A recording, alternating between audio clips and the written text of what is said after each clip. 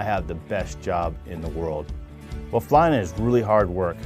It's one of the most exhilarating things in the world.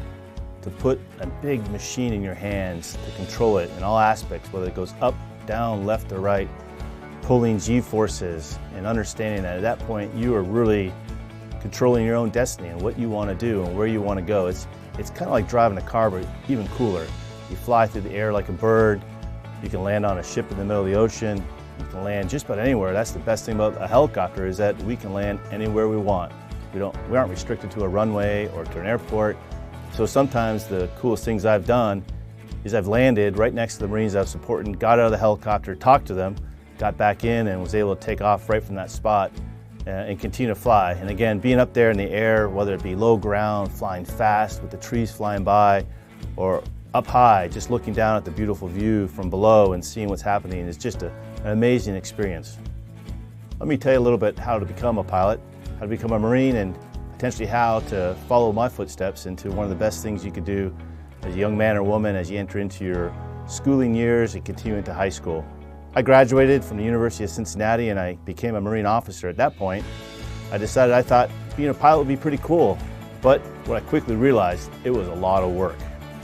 And work meant you got to figure out how to fly, you got to think, you got to study, you got to prepare for your flights, but most importantly, you really got to understand how you and a machine work together.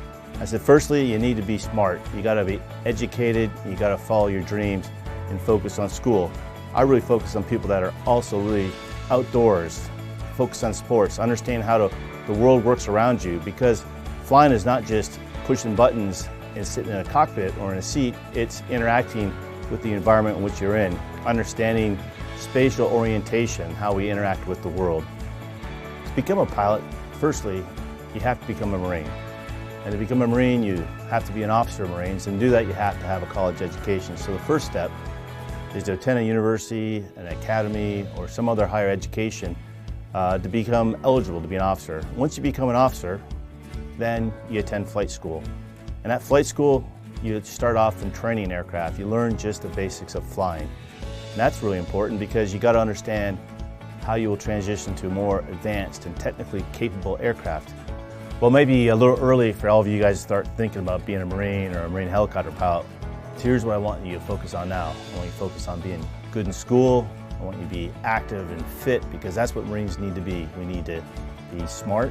We need to have a high school degree before we end up potentially going to university.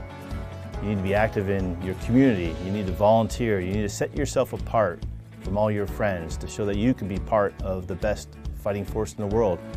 And again, setting those high standards for yourself now, even while you're in elementary school, is really important because it'll follow you through the rest of your life, and understanding who you are and what you want to be. And there's lots of information out there about how to join the military and join the Marine Corps in particular. It's on the website. If you Google Marines, marines.mil, marines.com are all available information. But if you see a retired Marine, a former Marine walking the streets, ask him how he joined the Marine Corps, what made him consider serving in this military service. I think you'd find some really interesting stories and what compelled them to join and what it took for them to get through boot camp or through officer candidate school or the Naval Academy to become an officer.